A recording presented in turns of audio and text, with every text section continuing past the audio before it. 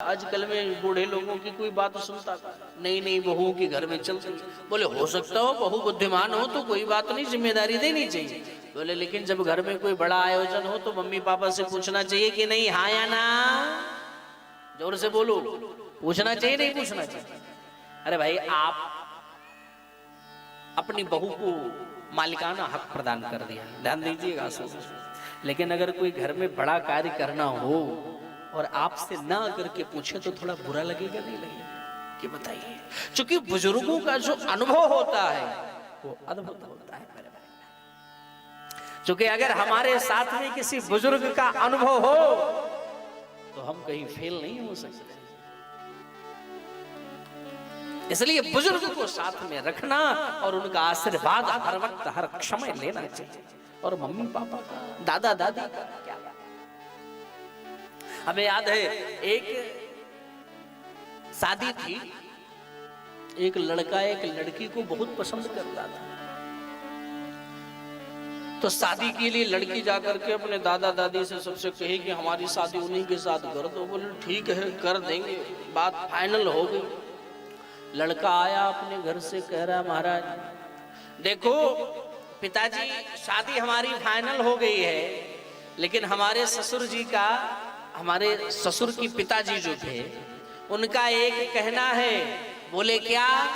बोले बारात तो आएगी लेकिन बारात में कोई बूढ़ा आदमी नहीं आएगा।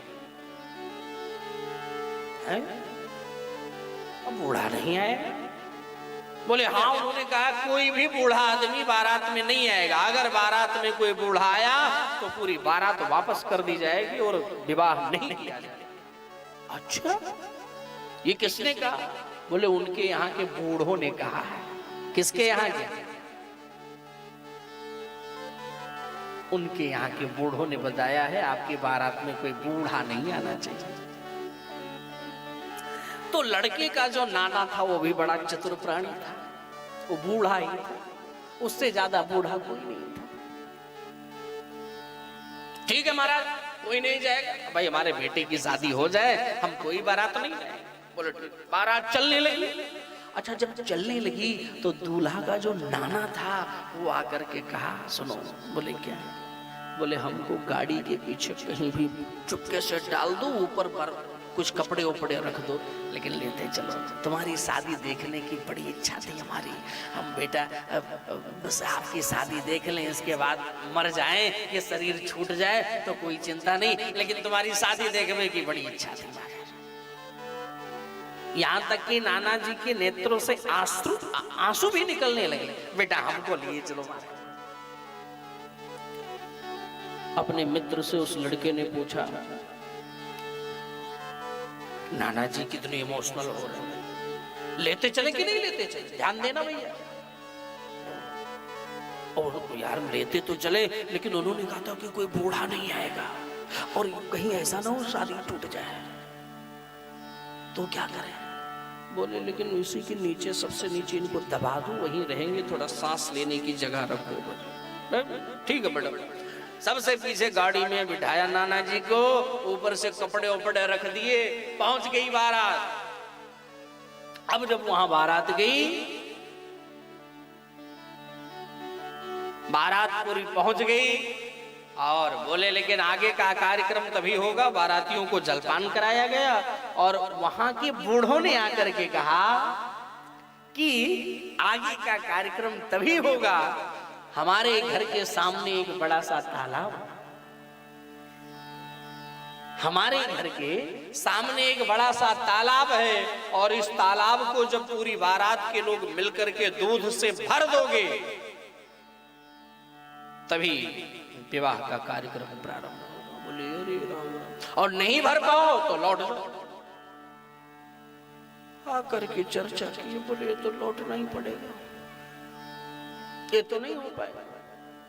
कुछ देर प्रयास करने के बाद बोले इतना दूध कहां से आएगा, कौन भर पाएगा? हमारे बस की बात तो नहीं भाई, दूध भरना हम कहां से लेकर के आएंगे इतना दूध, चलो हम लौट चलते हैं। सारी तैयारियां हो गई लौटने की, और जब गाड़ी मुड़ने लगी, चलने लगी, तब तक याद आ गया, अरे नाना आए थे, कुछ उनसे भी तो बताओ, नाना तो ऐसे आए ऐसे चले जाएंगे, फिर मतलब क्या हुआ। तुरंत नाना के पास पहुंचे, नाना क्या हुआ बेटा। नाना को भी ढक्कन से उठा करके बाहर निकाला। नाना जी बोले क्या बात है।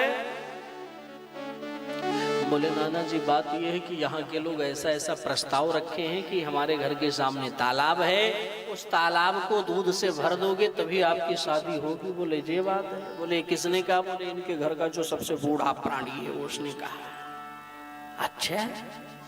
बोले ठीक है तुम जाओ करके कह दो हम भर देंगे।